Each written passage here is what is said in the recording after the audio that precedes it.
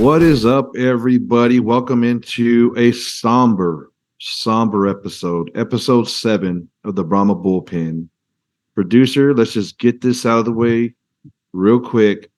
Go ahead and throw up the score from last week's game. The Houston Roughnecks remain undefeated, not just in this season, but in their entire existence inside the XFL. They beat the Brahmas 22-13. Y'all may be noticing the waterworks, the sad music. It was first place in the division on the line, and the boys came up one possession short.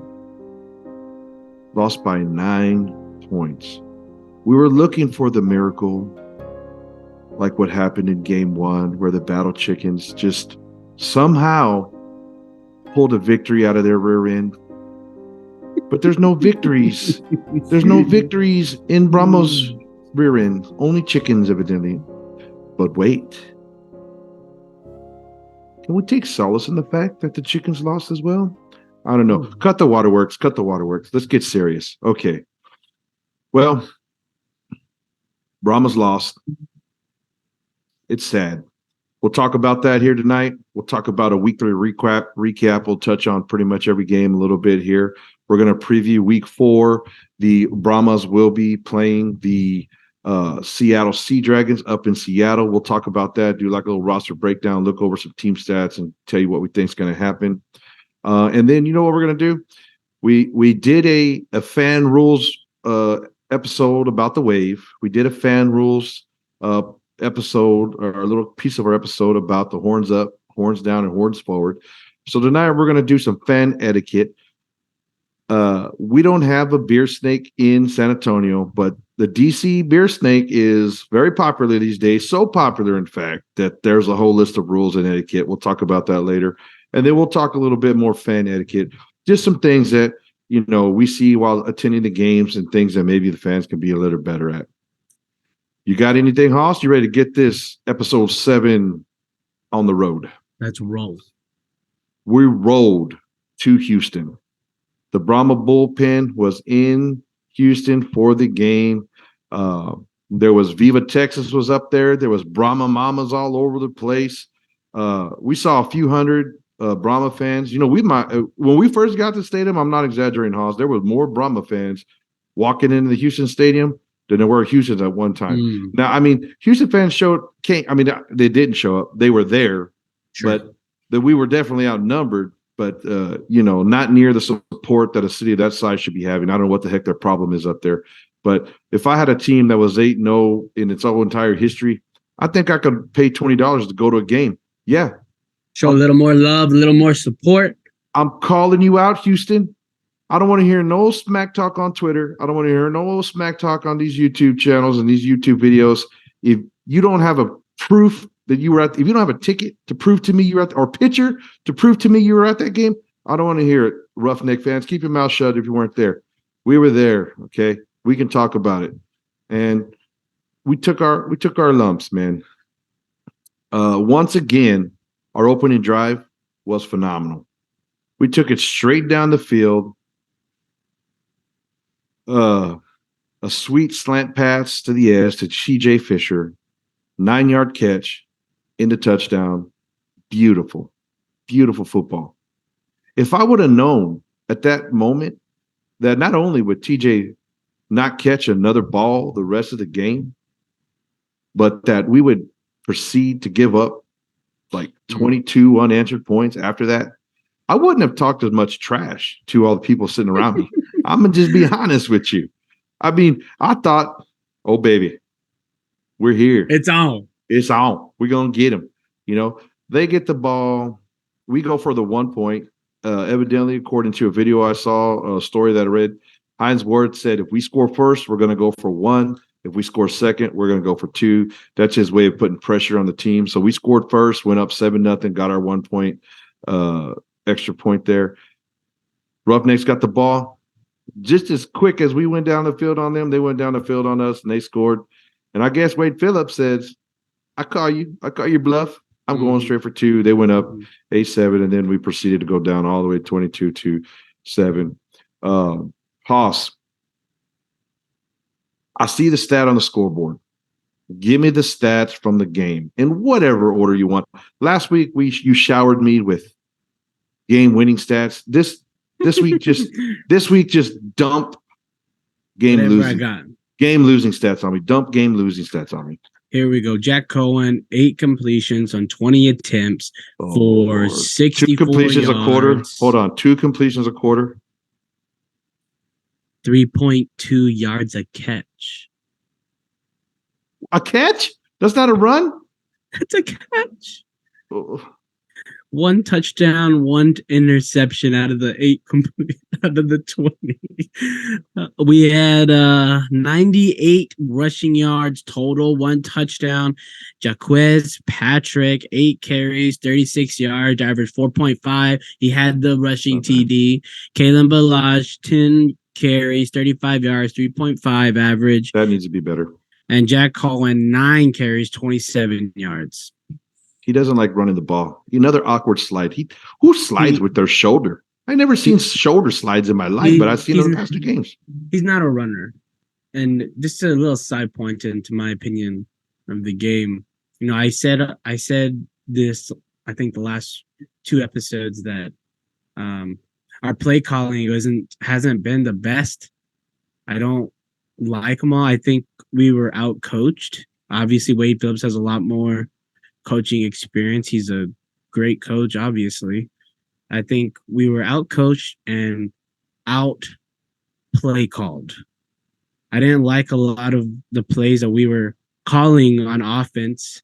I don't know why we go to the goal line and we do a quarterback sneak on a 3rd down, and then we go and do a running back kind of to the running back on the 4th down. If anything, it should be the other way around. And there are so many times where we did a quarterback sneak like 4 or 5 times, and I'm like, I don't know. I understand the quarterback sneak on 4th and less than a yard. Exactly. But 4th and a full yard, it's a little different. Then the other thing, or even not on the 3rd and 1 either. Like a 3rd and 1 goal, 3rd and goal. Like, you're right there. Hand it to the big boy. Let him get in there. Yeah. We got the ball there. I believe it was the 4th quarter. And we had it 1st and goal from the 1. We ran the ball 4 times and didn't get in. On the 3rd down run, I believe it was a 3rd down run, they actually pulled a receiver in motion where there's an option or a decoy of doing the wide receiver sweep to the edge. Mm-hmm. Look, man, you know me, dude. If anybody's watching this episode that watched these episodes, they know that I want to pound the ball down their throat. Yeah. But if they've already stumped you on like 2 other 4th and 1s, and then they've stumped you 2 or 3 times on the freaking goal line, look, I'm all about imposing your will. But what's wrong with an edge run? What's wrong with a sweep? What's wrong with giving it to the wide receiver coming across? What's wrong with the rollout? With the rollout, play action, RPO, whatever, man. But geez, just beating your head up against a brick wall. Houston's defense got some MOFOs on there, bro. They got a D line that was not giving it up. So you're gonna have to do something. I felt so bad for Balaj on that 4th when they gave it back to him and they like drug him all by himself. It felt like to the 50-yard line, he's just like, we wound up having 10 penalties in the game. And I'm not going to call. I know who got the penalties, okay, but we're not about dogging on our team. But I'll tell you that I have never seen. It was 2 or 3 illegal hands to the face by our old line, and one of them for sure we had a first down. Not only was a first down, we had gained like 15 yards, and man, we were going to get some big momentum off of that. And then boom, they back us up 10 yards for an illegal hands to the face. And I don't know if that's on the old line or if that's on the refs for just being nitpicky. I don't know how much hand was in the face. But, holding calls and hand to the face calls and all that stuff, it happened on every play. Mm-hmm. Why they get called when it's a 3rd down and 15 and we converted it, I'll never know, man. But in the history of every football team I rooted for, that's when they get called. I mean, that's what happens. So, well, that's just being a true fan. We don't want to sound too much like AJ McCarron now. It's just it is what it is. Dude, don't bury the lead, bro. Let me tell you guys. We're done talking Brahmas. We're going to get into the weekly recap, and we have live. Well, I wouldn't say live. It was recorded after the game this weekend, but it's. Hey, wait! I didn't give you the defense stats for our Browns. Hold on, I'm not done. I'm just going to tease it. It's Okay. unedited post game content from AJ McCarron. So stick around for it. If you don't want to listen to us talk about defense, fast forward to it. Trust me, it's going to be worth it. I don't want to bury the lead. With that being said, we'll get into defense. 10 penalties. In the first half, we scored a touchdown, first drive, and then proceeded to punt it 5 times. So, we were only 18% on third downs. Okay, 18%. Houston was 53% on third downs. We're both 50-50 on fourth down. We had 64 passing yards, people. 64 passing yards. We probably had more yards for penalties than we had passing. You'll never win that way. What did we do on defense? Is it even worth talking about it? Dump losing defensive stats on me, please. 49 solo tackles, 6 assisted. We had 55 total. 9 yards tackled for loss, 1 interception, 2 sacks, and both those sacks total was a total of 10 yards lost. Now, go ahead. I was gonna say I don't think the interception counts because it was on a 2-point conversion. It wasn't even. They had already scored a touchdown on us. I know it's in the stat book as an interception, but I mean, come on, man. Like when we needed the interception, we didn't get it, man. Those wide receivers were getting it seemed like every time we were in zone, they drop back to pass and we go into some kind of zone coverage. Those receivers just found the hole. And before you start talking, they made some freaking circus catches on us in the end zone and for first downs. 4 or 5 of them that even the interception they got off of us. The Rock himself tweeted out like, I've never seen an interception like that in my life. And I tweeted back at him like, me neither, fool. Like, I don't even know how he caught that ball. So they definitely made the plays to win the game. I'm not saying that they didn't beat us. They beat us, man. But we were, 1 or 2 plays away. But anyways, go ahead, Hoss. What else you got on the defense? Well, I was just going to say that, Brandon Silvers was stroking that ball, dude. Like every ball he threw looked great. I mean, and it showed 278 yards, 24 completions on 35 attempts, averaging almost 8 yards a catch, 3 touchdowns. And Kirkland was killing us. Killed our boy Kelly that got 3 TDs, right? He had like 3 TDs, right? He had 2. He had 6 catches, 77 Felt yards. Like 3. Dude, this dude was averaging almost 13 yards a catch. He had a 29 one that was longer. He was targeted 7 times. He could have had 7 catches instead of 6 and 2 touchdowns. That dude was balling out too.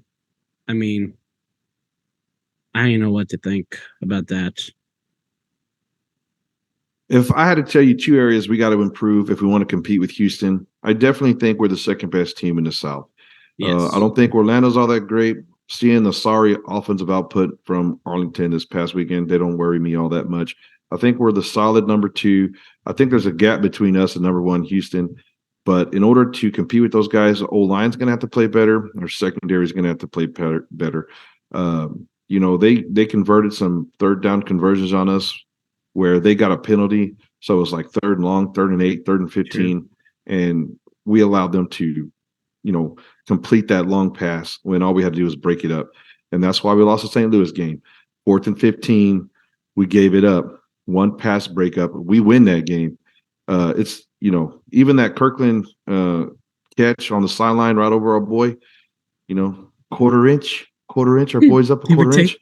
Just swat it down. Who knows? The whole game could have been different off that 1 play. So we're 1 or 2 plays away, but we need better O-line and we need better secondary play. And that's all I got. A little better play calling. I don't know, man. I mean, Jaime Elizondo, I think he's doing a good job. I like the play calling. I like them running the ball. I like them trying to set up the play action. Our tight ends went away this game, but that's not Elizondo's fault. He was calling the same plays he was calling, just a tight ends. I'll tell you another thing, dude. We were sitting in the stands. We were behind the Brahma supporting our team. We were the road team. There was some guys that were all up in Yelder's head. Like, he was interacting with them. They were hearing him. They would talk some smack. You would see him respond to the smack talk. He would start shaking his head. He would tell him to be quiet. He would talk a little smack back. They were in his head, dude. Yelder did not have a good day. Give me Yelder stats right there. You got him right there, Haas. He did not have a good game, man. Not at all. But none of them did really. But Yelder, I bet, was even like exemplary in the poorness category. What you got? I bought time. Nothing. I kept talking. Nothing. No, I'm saying nothing. He doesn't have any stats. Zero catches for 0 yards. Mm-mm. Yeah, they got in that boy's head. He was on the field. I saw him out there, But so, it is what it is. I'm ready to move on, Haas. I don't want to talk about this loss anymore unless you got something else. Let's get over it. All right, let's go to the week recap. Go ahead and pull up the scores for me there, producer. Magic, boom, scores. Yeah, here we go. We'll start off with the Sea Dragons and the Vipers, the first game of the week. I was not expecting an offensive show Battle. going on. Go up there, all the talk about the field up there. You'd think they can't even walk on it, Sure. But evidently they can score 56 points. 30 for Seattle and 26 for the Vipers. Josh Gordon and DiNucci were on fire. Hey, producer, go ahead and throw up that highlight. Just put it up there.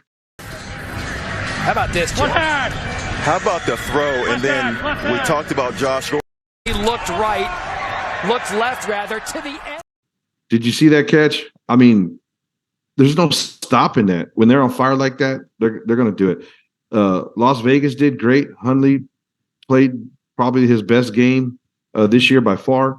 The field was in a little bit better shape. It was still kind of sketchy being in that announcer's booth, but hey, man, they did what they did. They made it through. The field looked better. It was a definite improvement for both teams from last week. Haas, can you go ahead and give me some of that? Give me the passing. Give me some stats from that Vegas Seattle game. Our guy, Ben DiNucci, had 29 completions on 37 attempts. Nasty. 377 yards on 10.2 averaging yards per catch, 4 touchdowns, and 1 interception. Their rushing, they had 25 total attempts on 143 yards and averaged 5.7 a carry. That's over 500 yards of offense, dog. Share a little. Leave a little for the rest of us, DiNucci. Come on. Now the Vipers, they had Brett was 13 completed of 28 attempts, 224 yards, averaging 8 yards a catch, had 2 touchdowns. They had 30 attempted carries on 120 yards and 1 touchdown, averaging 4 yards a carry. Is the rushing game the most the furthest behind? Like, I feel like the passing games and defenses and even the special teams play, they all seem to be a little bit better league wide than what the rushing game is now. That's not based upon any stat. That's just based upon gut feeling and watching football. But, and it might come down to O-line play. Sure. O-linemen are the hardest to find. There's only so many 320-pound guys out there with quick feet and strong hands. You know what I mean? There ain't one sitting here. I can tell you that. But, yeah, man. All right, moving on to – is that it? You got anything else in that game? No. You good? Move on down to the Battlehawks and Defenders. The Battlehawks finally got caught with their hand in a cookie jar. They had a chance to win at the end. They kept the game close, stuck with their game plan. DC Defenders was not having it. DC Defenders lead the league in rushing. And it's not really even close, to be perfectly honest with you. You got that stats there, Hoss, for the rushing yards for the DC Defenders by chance? It's actually pretty interesting. those stats. They have 136 total yards. Have on 39 carries, have 1 touchdown. They averaged 3.5 a carry that game. Oh, I was talking for the season. I was talking for the season. They're leading the league in rushing by far for the season. Yeah, their team rankings for rushing yards, they're first. They're averaging 149.7 a game. Boom. Winning football equals winning football equals hashtag undefeated. Run the ball. And you know what? Making it work. Maybe you don't have the best O-lines. So they're running it in creative ways. They're bringing in King. They're bringing him in for a few series a game. RPO. Move them around, man. Let's go. Right. Go along with them. Just they are 7th in passing yards a game with 129.7. So yeah, you could be onto something. Their total offense is 279.3 yards a game. That's 3rd in the XFL. There you go. There you go. Well, they got the win, and without further ado, we want to share this video with you. Haas was actually in the media room. I'm just kidding. But Haas got this video. It's unedited, undoctored. This is raw footage. Evidently, A.J. McCarron doesn't like losing, and then when he does lose, he has all kinds of reasons for it, excuses. But y'all just watch this video and let me know what you think. And we had 3 to 4 times in the game where the refs came back to us and said, we missed that call, and apologized. Straight up apologized. And it was times where you can't miss those calls. It's some of these things where we got to protect guys too. Like, and I'm not talking about just myself, like, but I think we can't come back on some of these plays and say, hey, and apologize and say, that's our bad. Like, that's things we got to get right. And hopefully, we haven't had a defensive pass interference in 3 games. I've never played football in my entire life and not had 1 defensive pass interference. It hurts a little bit, and it's not taken away from DC. DC won today. They won the game. They played better. It is what it is. But it hurts when the refs keep coming back to you multiple times in the games, 3 or 4 times, and say, we missed that call. The league's got to come figure out a better way to get some of these calls right in the game. Hey, man. Hey, I didn't know a man could cry that long without sobbing. But, it was just like the waterworks. Just flowing. Oh, man, someone hit me in the head. Oh, man, someone tackled me. Oh, they need to do better. Boop, boop, boop, boop, boop. Come on, shut up, man. Right? Every game has missed calls, bro. Every game has something that doesn't come out just perfect. I feel like Jack Cohen got helmet-to-helmet contact. Oh, yeah. They had him mic'd up in the game. He literally said, hey, that's not helmet-to-helmet. And then the ref was like, no. And then what did Jack Cohen do? He went and got back in the huddle. And then when he went to his press conference, there was no waterworks there. A.J. McCarron's acting like the league owes him something because he decided to take a pay cut to go work there. It doesn't work like that, dude. Every one of those men on that field are trying to do the same thing you're trying to do. You know the difference is? They're not sitting in at a damn press conference whining about it. You got beat, dude. Be a man. Pull yourself up by your chin strap. You're not in Bama no more, son. You ain't going to get those calls from the refs. You know what I mean? Just, I don't know, Hoss. If I keep talking about it, I'll probably start cussing. So I better stop. Right. Well, Jack Cole, whenever that hit happened, the difference is he got up and he smiled like he was good with it. Man. He told one guy, good hit, right? Yeah. Like he was fixing his shoulder pad. Yeah, his shoulder pad. He was all messed up. He was like, yeah. "Ooh, let me put that on." All right, then. And then McCarron over here. What I didn't like, I'm an AJ guy. I appreciate what he's done. Whatever. That being said, he sounded very crybaby-ish. I mean, I hate it whenever someone says like they don't care about something, but that's not why we lost, anyways, and still tries to give credit to the other team. So he's complaining about all these calls, and then he says, you can't make these calls. He's whining about it. But then he says, but they went out there and they beat us today. There's no doubt about that. Like, no, they beat you for sure. We already know that. So if he whines again next week, are you going to reconsider being an AJ guy? I mean, I don't know. Like, what is this? I just liked him, man. I don't know, man. And then, I don't know, dude. you know what? We're gonna move on. We're Say gonna what move you on. want to say. No. Dude, be a man. Okay. Look, alpha males do alpha male things. That's all I gotta say. Okay. You go out there, you win a damn football game, and if you don't like something, you can tell the ref. You can tell the ref, I don't Sure. like this, right? But then you don't get on a platform and start making something out of nothing and trying to make it be like, oh, the league needs to do something about. No, son, you need to just win and quit whining. Or maybe score some points in the first half and not come back within the last 3 minutes of the game. Yeah. Speaking of alpha males and doing alpha male things, producer, could you throw up the scrum? We'll call it a scrum. Let's just put the scrum video up, please. Oh, and we have something going on after the play. All kinds of flags. With a game that was this good, you hate to see it turn to this. Tempers have been flaring the entire game. It's been very chippy. This is really unfortunate. This isn't what the game's about. No, this is not what the XFL is about. The XFL is about taking advantage of an opportunity, putting positive things on tape. You don't want this. No. Get off the field. Get off the field. All right. Pause. There you go. The game was intense. AJ's crying in the locker room. You know, there's fights going on the field. A lot of action going on. Right. There was people on Twitter that said, arrest those thugs. Get them out of the league. What?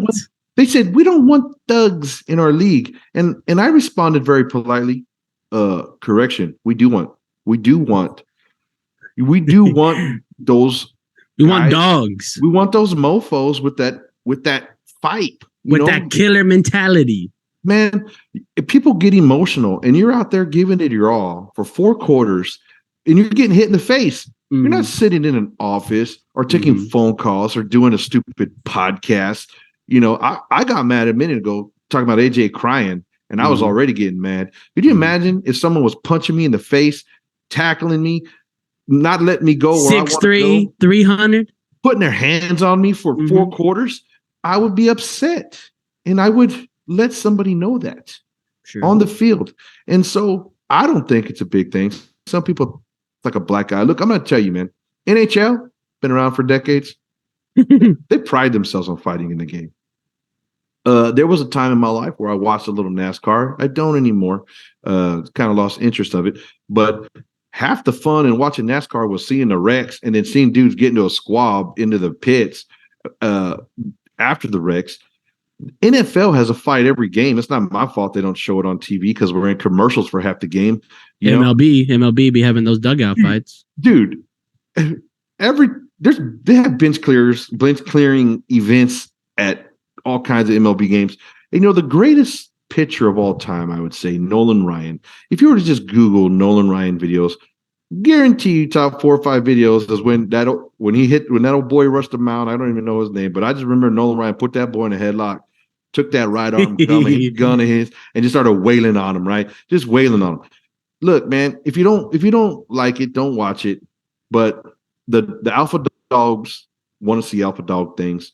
If you don't want to be an alpha dog, keep your beta male blood at home.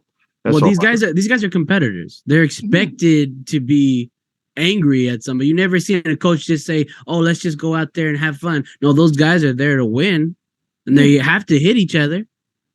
That's gonna happen. They're competitive. They're trying to cancel male, you know, the toxic male or male masculinity. Everybody's supposed to be in touch with their feelings and no, man, these are grown men beating up on each other. You know where this doesn't happen? This doesn't happen in UFC, right? Okay, you know why? Because look, man, I would never get into a UFC fight. Okay, in regular life, you know, fine. I am who I am. I'm loud. I'm a little abrasive, and I consider myself to be, you know, I don't get pushed around very much. But if someone tried to get me in a UFC fight cage, I would cry and whimper and call anybody daddy that I needed to keep from getting in that fight, because those dudes are alpha males. Mm-hmm. No doubt. That's what we want. We want that. That's what we want. We want to watch men at the peak of their physical ability compete for a prize. And it's not just modern, okay? Let's go all the way back to Rome. Let's go all the way back to the Colosseum and what they used to do there. These guys are modern day gladiators. And all I say is, after watching that fight and that video, the video we just watched, are you not entertained? Pause. That's all I got to say. Let the men be men. If the league ever takes any advice from me, if you want to slap them on the wrist, that's fine. But don't take no gains from them. Don't take no money from them. Put them on probation. When you get trouble at work, you get put on probation. If you do this again, we might do something next time. Put them on probation. Get the PR off your back. Let all the beta males move along, and let us have some fun and see these dudes go out there and compete. You good with that? Yep. All right. Renegades, Guardians. 10-9. No highlights. Both offensive sucked, or both defenses are amazing. I don't know. I can't figure it out. But what I could tell you is they are teams 3 and 4 in the XFL South Division. Pause. Give me some of those not so good stats from that game, if you wouldn't mind.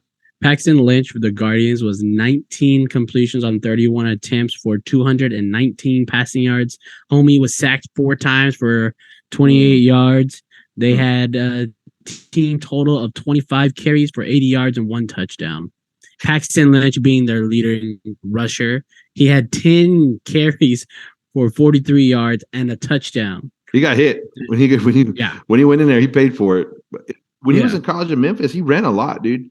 But he's not a kid no more, and these guys are bigger than the guys he played at Memphis. But hey, he got it in there. The Renegades, Kyle Slaughter was 18 completions of 23 attempts on 124 yards and 1 touchdown. They had 27 carries for 64 yards and averaged 2.4 yards a carry. Davion Smith was their leading carrier, obviously, 18, 49 yards.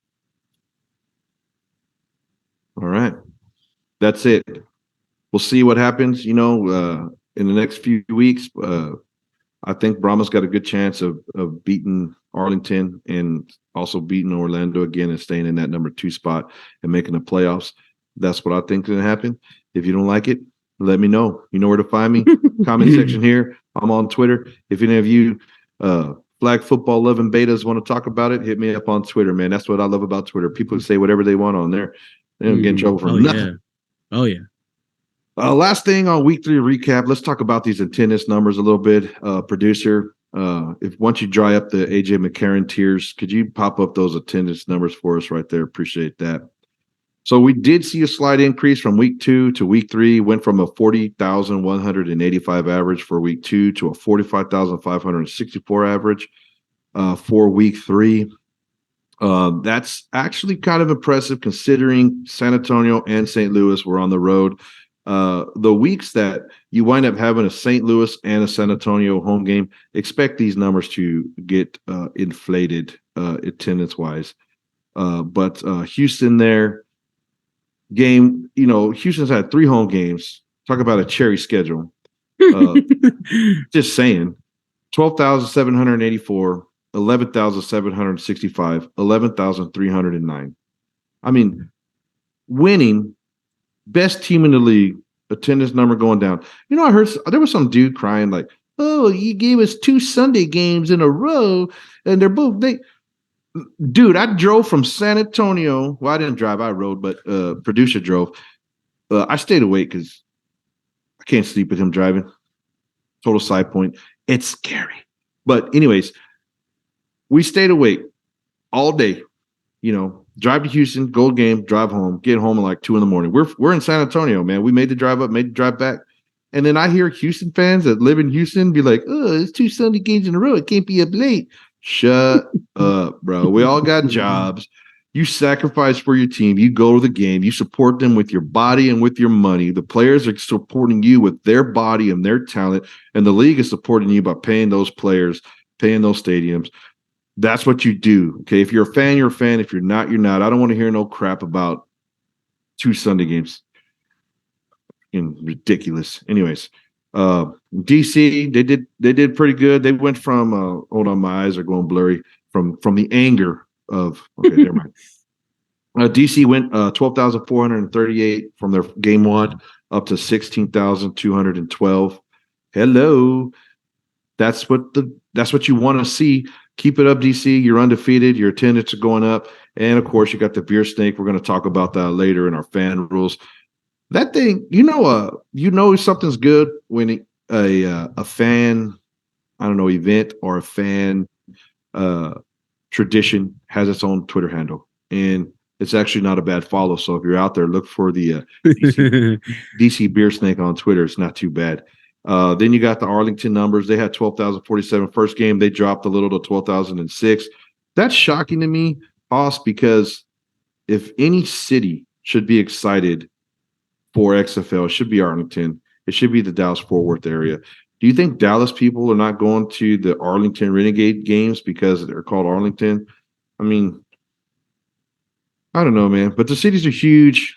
There's a lot of money up there. It's just people not wanting to take the time to go to the game, or they're getting sidetracked or whatever. But a city that big, metro area that large, they shouldn't be getting outdone by San Antonio. I can tell you that right now. Orlando, they had 12,000 in their only home game, so they haven't got a home game yet. Seattle, they had 10,386. So that's kind of what the stats are looking at. So for week 3, there was 45,000 total people there to see XFL games in person, including the Brahma Bullpen. Let's get it. And that's it. You got anything else you would like to add, Hoss, for the week 3 review? No, I'll talk about it whenever we get into our fan rules. Go ahead. All right, man. We're gonna get into our week 4 review. Producer, if you could throw up my little roster composite graphic there. Went through today. Put the Seattle Sea Dragon composite together. The Brahma number stayed the same. We did update the rosters and remove any active and inactives, but the number didn't really change. 3.2 average stars according to 24/7 Sports, and an average score per player of 0.863. The Seattle Sea Dragons 2.9 stars, average score of 8.35. Look, man, I'm going to tell you right now, as the season goes on and probably getting into next year, we'll stop doing this. We kind of started the composite score and stars just so we had a baseline to go off of players. Sure. Now we got 3 weeks of game data that we can discuss and talk about for Seattle and for the Brahmas. I know you got some team stats there, Hoss. All I got to say is I think Danucci and Gordon are probably the best wide receiver quarterback duo in the league right now. And, I got Josh Gordon on my fantasy team, and, he's doing yeoman's work. Give it to Sub-Zero. But let's talk about those stats, Hoss. Just start. We did showering winning. We did dumping losing. Let's just do flowing preview stats. I like that. Flowing. Yeah. Transition words. So for the Brahmas, they are 7th in yards of gain on total offense at 232 yards. Our defense is ranked 4th for allowing 261 yards, 261.3. We're 2nd in the league on rushing yards a game at 99 yards. And then we're 6th in passing in the XFL at averaging 133 yards a game. Now, the Seattle Sea Dragons are 1st in total offense due to that wild game that they just had. They're averaging 383 yards a game, which is 1st in the XFL. Their defense is 5th at allowing 264.7 yards. Their rushing a game as well is 99 yards a game, and their rushing defense is 6th at allowing 104 yards a game. I don't think I said our rushing defense, which is 5th in the XFL at allowing 90.3. But the Seattle Sea Dragons going back, they're first in passing yards a game in the XFL at 284 yards and second in passing defense out of allowing 160.7. So they get it, but they also give it. That's right. Mm-hmm. So what's the number, Hoss? What do we got to do? What do we got to 225 passing for them? Like only allow 225 so that we have a chance to win? Because if they get it, I mean, what do you think? I mean, it's kind of hard to say because we've been saying the last two podcasts that, 200 yards, at least 200, between 225. I've been saying 225. You've been saying like between 240 and 250 passing yards a game. And Jack Cohen's only gone down per game. He started at 207. Then he had 165, and then he had 64 yards. And then not only is he passing yards less a game, but he's also passing less attempts. The first game, he had 36 attempts. Second game, 24 attempts. And then the last game, 20 attempts. That's something to consider. I think we should be passing it more if we have the ball. That being said, I'm not even going to say 225 yards. I want to be modest, and I want to say 200 to 210 passing yards, and then 80 to 100, 95 to 125 rushing yards. Okay. Thank you for sharing all that. I was asking what our defense needed to hold them to, but that's good too. I agree with everything you just said. Now, defense, what do we need to hold DiNucci to? Under 250? He's averaging 283, right? Is that what you said? We're going to keep him under 250? He's averaging 284. 284. So let's see. His first game was 282, and then he had 196. Man, dude, this dude passes a lot. He has 54 attempts, 29 attempts, 37 attempts. The 37 attempt game was the most one. Probably under 200. Ooh. If we're being realistic. I mean, I wanted him to throw 150, but if he under 200. You're saying if DiNucci passes for 200, you're going to give him the dub. You're going to give Seattle the dub if DiNucci passes for 200 plus. Period. No, I'm saying if he gets under 200 passing yards, we're going to win. We need to hold him. If he goes to 250, we're probably going to lose. So if he gets 250, we're done. Yeah. So we got to hold him under 250. Okay. I'm going to check on that.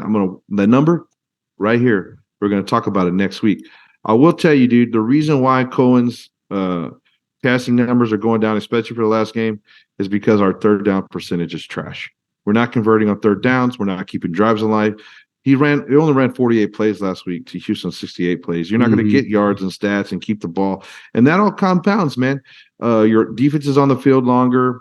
You're chasing around those receivers longer in the secondary. It all compounds. I will tell you, I do like the game plan that they're going into. I don't mind not throwing the ball all around the field the whole time. I do like the defense getting rest. I do like running the ball.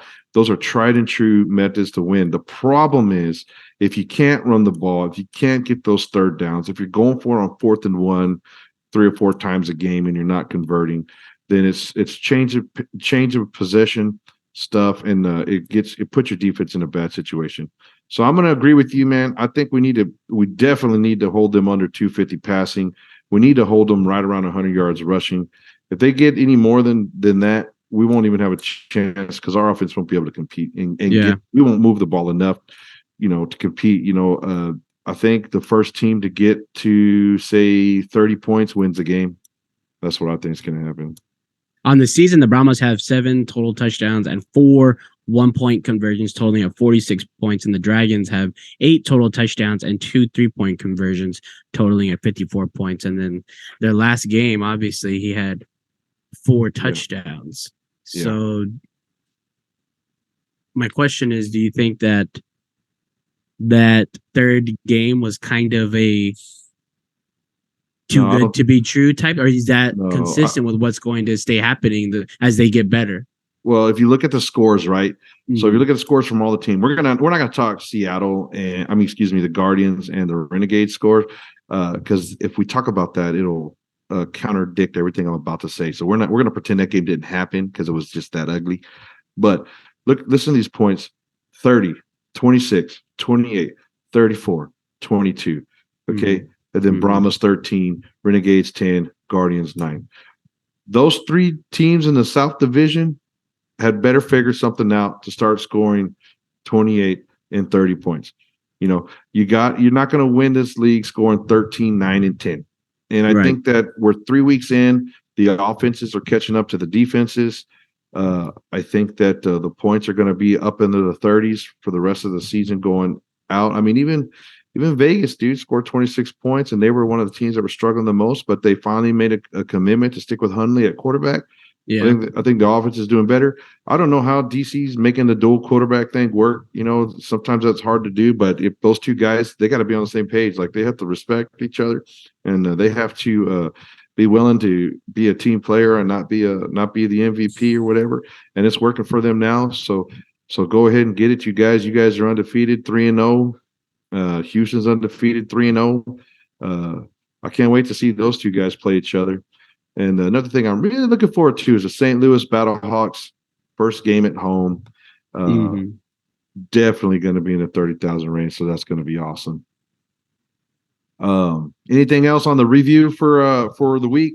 Haas, you think the Brahmas are going to win? You going to throw that out there right now, or you going to go Seattle? I mean, I'm a homer, dude, so I'm going with Brahmas no matter what. Even if I think they're going to lose, I ain't telling you. Of course. I think the first team to 30 is going to win, and I think the Brahmas are going to get to 30 first, because we are going to take our running game on the road with us this week. I like it. I'd like to think that our defense is gonna make a play or two that will be the game changer. I don't know when or at what point, but that's what I'm hoping for after they go in and watch this tape, that this offense just put up over 500 yards. And Hines Ward has got to be able to see them and be like, we're not going to let these dudes disrespect us like they We're going to hold them then. half that. We're going to hold them half that. Yeah. That's right. Let's go. Scott's just going to to be in give the you backfield. let's go, Delonte. When Danucci's done, he's going to be like, Scott? Is that? Anyway, yeah. You know what I'm saying? Like, we got to be protecting the quarterback more. He's going to be crying like AJ. Mm-hmm. All right, man. Well, to end this, we're going to end it on a little bit lighter note. We're going to talk some more fan rules. I don't know. I say lighter. Maybe it's not lighter. It depends on what fan you are and if this applies to you or not. But Beer Snake, it's got its own Twitter account. It has a life of its own. It happened week 1. Then they tried to cancel the Beer Snake. Everybody's trying to cancel the Beer Snake. Oh, we get promoted drinking. Okay. Rock came in. Danny Garcia. There's a video of Danny Garcia and Dean, the head of officiating, doing this whole skit about the Beer Snake and reviewing film, just like he was reviewing a play. If you want to go check that out, it's on the XFL's YouTube channel. But they came up with this whole rule of conduct. The Beer Snake lives. Not only does it live, it now has its own rule. It's got its own section. It's its own living organism over there. So pop that beer that Beer Snake code of conduct up there, producer. So basically, if you sit in section 136 or 137, that's Beer Snake. That's Beer Snake Alley. Watch out. There's a Beer Snake there for every DC Defenders home game. I saw a guy posted on Twitter that last week, they were sending stadium employees out and collecting tearing apart the Beer Snake, killing the Beer Snake. This week, stadium employees were collecting cups and transporting them to the appropriate Beer Snake area. And the Beer Snake made it from the bottom of the stadium to the top of the stadium, meaning it reached maturity during the game. And I don't know when the last time you guys have bought beer at a football stadium, but there's some money getting spent on some booze up there in DC. You know what I'm saying? Mm-hmm. They did come up with some rules. Okay, you see them right here. No cups are to be thrown. Yeah, because they were doing that. It also says that all cups are supposed to be passed to the location of the beer snake and to be added.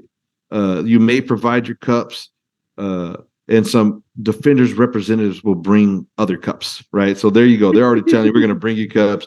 And then they're talking about only use empty cups, like anybody's going to put a full cup in the beer snake. Do you know how much that beer costs? We're going to at least drink it for put it in there. Shoot. Inflation. Yeah, I'm telling you, man. Come on. Speaking of that, though, if they're not getting Yuengling Flight, they're not getting Yuengling Flight in their beer cup. They're drinking a inferior beer. For those of you watching, Yuengling Flight is the official road watch sponsor for the San Antonio Brahmas. They do an event for every road game. Brahma Bullpen is definitely going to try to make to some of those events. We won't be doing beer snakes, but we will be doing the drinking of the Yuengling Flight beer. Not supposed to throw cups, and then the cups from the beer steak. Here's the part. Here's the part. I respect this because there's always the little man that gets stuck doing the dirty work. The bottom rule there: cups from the beer snake must be properly disposed of in stadium receptacles. Cleaning guys around the world, thank you, DC Defenders, for mentioning to at least think about cleaning up your own mess, sports fans. And by the way, please drink responsibly. So with that being said, there's fan rules for the beer snake code of conduct. You got anything to add on that, Big Hoss? Just a W for the DC staff. It's a win, dude. For sure. It's a win, bro. Embrace it, man. Make it a thing. We're going to have to come up with our own little graphic and call it the Brahmas wave code of conduct. Maybe we'll come up with our own and put it out next week or whatever, and tweet it at the team. Maybe they'll use it, but we'll see what we can put something together. I don't know if I could come up with 5 rules. Basically, the only rule is don't do it while we're on offense. Anyways, more fan rules. All right. If you're going to travel to a road game, and I've been on both sides of the situation at this point. Sure. And you're going to sit behind the opposing bench. There's something you must understand. The people that sit behind the opposing team bench and support their home team, meaning a Houston Roughnecks fan sitting behind the Brahma bench, a Brahma fan sitting behind the visiting team's bench, i.e. St. Louis. You have to understand that the type of individuals that spend their hard-earned money to sit in the first 5 to 10 rows and sit in the prime 40-yard line to 40-yard line section have done so with a particular goal in mind, and that is to make fun of the other team and talk smack, win or lose. I bought tickets to the Houston Roughneck games. Me and producer went up there. And let me tell you, there were some fans that were heckling our team. I did not get mad. At one point in time, they were heckling Yelder so much that he was interacting with them. Yelder looked at me because I'm the Brahma guy standing there. Yelder looked at me and I said, "Hey, you want me to take this clown out?" It was a dude in a roughneck, a hard hat or whatever. I was like, "Hey, you want me to take this guy out?" And he was like, "No, man, that's what I'm here for." Understand these players. As long as you're not being disrespectful and cussing and talking about somebody's mama or saying you're going to do something horrible to their children and stuff like that, that's what they want from us as fans. They want to be somewhat heckled. They want to know they're in a hostile environment, man. Sometimes it's a motivating tool for them. You know what the worst thing they were telling these guys, which I thought was pretty funny? They were telling them, the chant was Uber Eats, boss. Uber Eats. I spoke to a Houston Roughnecks fan and asked for an explanation because I was thoroughly curious. And evidently Uber Eats means, when you lose your job because you suck at football, Uber Eats is hiring. Okay? I mean, that's what to expect. Now, if you're a visiting fan or even a visiting family member, please sit on the other side of the stadium or sit in an end zone or get you a club seat.